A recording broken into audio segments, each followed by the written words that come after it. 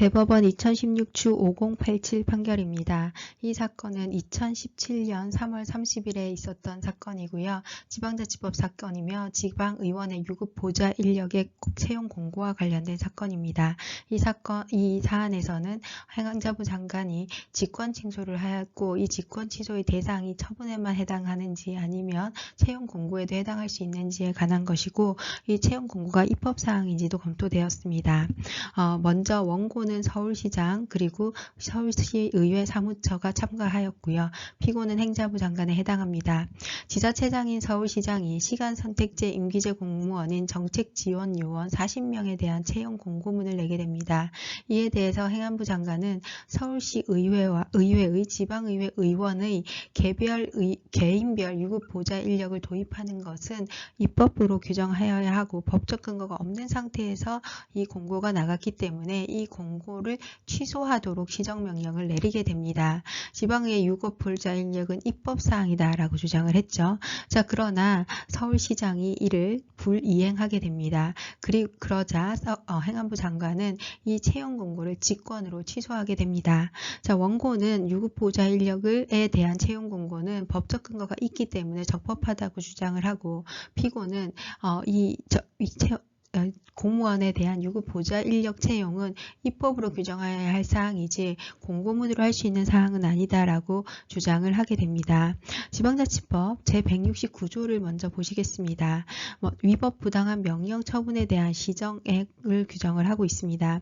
지방자치단체의 사무는 그 장의 명령이나 처분이 법령에 위반되거나 현저히 부당하여 공익을 해친다고 인정되는 경우에는 시정을 명령하고 그 기간 내에 이행하지 않는 경우에는 취소 또는 정지할 수 있습니다. 이 경우 자치사무에 관한 명령이나 처분에 대해서는 법령에 위반하는 것에 한한다라고 볼 수 있습니다. 따라서 시정명령은 자치사무인 경우에는 법령 위반 사안에 대해서 시정명령을 할 수 있고 단체 위임 사무인 경우에는 법령 위반이나 또는 현저히 부당하여 공익을 해친다고 인정되는 경우에 시정명령을 할 수 있습니다. 기관 위임 사무인 경우에는 시정명령의 대상이 되지 않습니다. 자, 그래서 판단을 이제 이 사안에 대해서 쟁점이 총 3가지가 있었는데요. 직권 취소 대상인지 여부입니다. 지방자치법의 제169조 1항에서는 자치사무에 대한 명령이나 처분 취소 또는 정지 대상이 처분에 한하는 것인지에 관한 것이 문제가 되었는데 우리 법원은 이 사안의 169조에서의 처분 취소 또는 정지 대상은 처분에 한하는 것은 아니다. 따라서 이 공고사항에 대해서도 직권 취소할 수 있다라고 판단을 했습니다.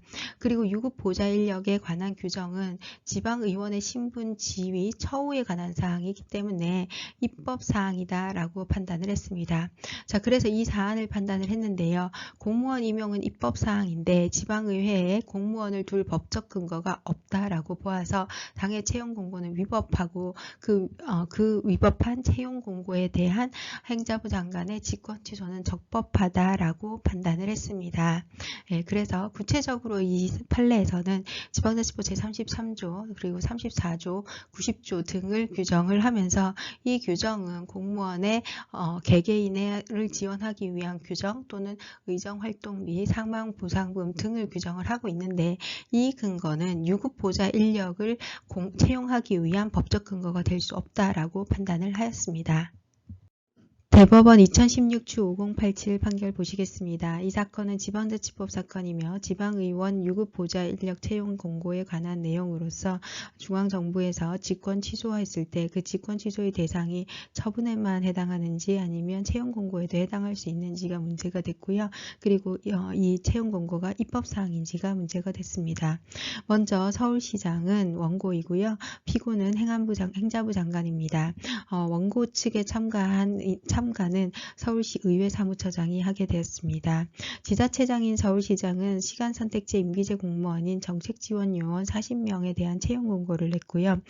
이에 대해서 행안부 장관은 서울시의회 지방의회 의원 개인별 유급 보좌 인력을 도입하는 것은 지방제적법 등에 반한다고 하여 공고를 취소할 것에 대한 시정명령을 냈습니다. 그리고 지방의회 유급 보좌 인력은 입법사항이라고 없다라고 주장을 했습니다. 자, 그런데 서울시장의 지방자치단체의 장인 서울시장은 이 시정명령에 불이행하게 됩니다. 그에 따라서 행자부 장관은 행자부 장관 을은 채용 공고에 대한 직권 취소 처분을 하게 됩니다. 관련 법령을 보시면 지방자치법 제169조는 위법 부당한 명령의 처분에 대한 시정을 규정을 하고 있으면서 지방자치단체 사무에 관하여 그 장의 명령이나 처분이 법령에 위반되거나 현저히 부당하여 공익을 해친다고 인정되는 경우에는 상급기관인 주무부 장관 또는 시도지사가 서면으로 시정할 것을 명할 수 있고 그 기간 내에 이행하지 않으면 이를 취소하거나 정지할 수 있습니다. 이 경우에 자치사무인 경우에는 자치사무에 관한 명령이나 처분에 대해서는 법령을 위반하는 것에 한한다라고 규정을 하고 있습니다. 자, 그러면 구체적으로 이 사건의 판단의 쟁점을 보시면 첫 번째, 자치사무에 관한 명령이나 처분에 대한 취소 또는 정지의 적용 대상이 행정처분에 한하는지에 관한 것입니다. 이 사건 같은 경우는 공고를 내게 된 거죠.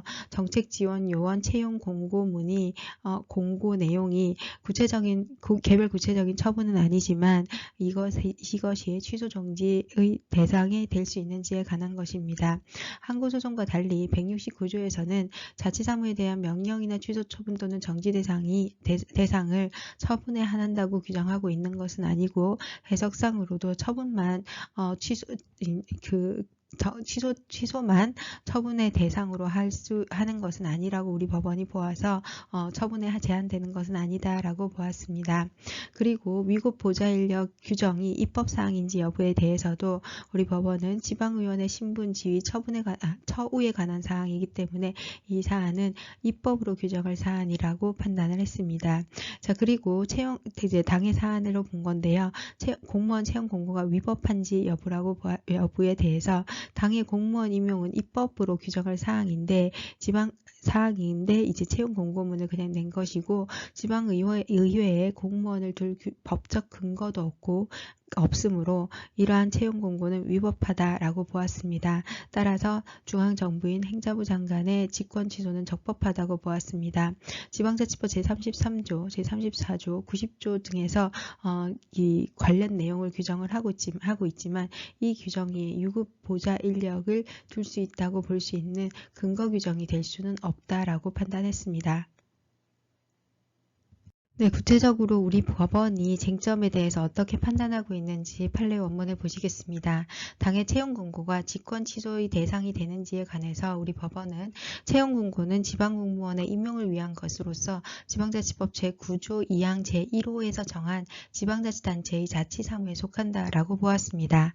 이 사건 채용 공고를 통해서 임용 인원이나 자격 요건 등에 관한 사항이 대외적으로 공표되어 확정되며 이를 기초로 임용시험 등의 절차가 진행이 됩니다. 그리고 행정소송법상 항고소송은 구체적 사실에 관한 법집행으로서 공권력의 행사 또는 그 거부, 그 밖에 이에 준하는 행정작용, 즉 처분을 대상으로 하고 그 위법 상태를 배제함으로써 국민의 권익을 구제함을 목적으로 하는 것이므로 이러한 항고소송과는 달리 지방자치법 제169조 1항은 지방자치단체의 자치행정 사무처리가 법령 및 공익의 범위 내에서 행하도록 감독을 하기 위한 규정이다라고 보았습니다. 따라서 이 적용 대상을 항고소송의 대상이 되는 행정처분으로 제한할 이유가 없다라고 보았습니다. 따라서 이 사건 채용 공고는 지방자치법 제169조 1항의 직권 취소의 소송이 대상이 될 수 있는 그 사무에 관한 처분에 해당한다고 보았습니다. 다시 정리를 하면 이 판례에서는요. 지방자치법 제169조 1항에서 말하는 소송의 대상인 처분과 항고소송에서 말하는 처분의 대상을 달리 보았습니다. 항고소송에서는 개별 구체적 사실에 관한 법집행으로서 공권력의 행사 또는 그 거부에 해당한다라고 보는 행정소송법상 그 처분을 말하는 거고요. 지방자치법 제169조에서 말하는 것은 지방자치단체의 사무처리가 법령 및 공익의 범위 내에서 행하지도록 감독하기 위한 규정이기 때문에 그 처분을 행정소송법상 처분의 개념으로 볼 수는 없다라는 것이 우리 법원의 판결이라고 생각할 수 있습니다. 자, 그리고 이제 이 사건 직권 취소의 위법 여부입니다. 지방의회 의원에 대해서 유급 보좌 인력을 두는 것은 지방의회 의원의 신분, 지위, 처우 등에 관한 현행 법령상의 제도에 중대한 변경을 초래하는 것이기 때문에 이 사건은 국회의 법률로 정하여야 할 입법사항이다라고 우리 법원이 판단을 했습니다. 그리고 이제 지방자치법 제33조 그리고 34조 그리고 90조에 대해서 설명을 하고 있는데요. 33조는 의정활동비, 공무여비, 월정, 수당에 관한 내용을 규정하고 34조는 회기 중 직무로 인한 사망, 상해 시 보상금에 관해서 규정하고 그 다음에 90조는 사무를 처리하기 위하여 조례로 정하는 바에 따라서 사무 직원을 둘 수 있도록 규정을 하고는 있지만 이는 지방의회가 의결기관으로서 기능을 수행하는 데 필요한 것이지 지방의회 의원 개개인의 활동을 보좌하도록 하는 규정이 아니기 때문에 이 또한 유급 보좌 인력의 법적 근거가 될 수는 없다고 보았습니다.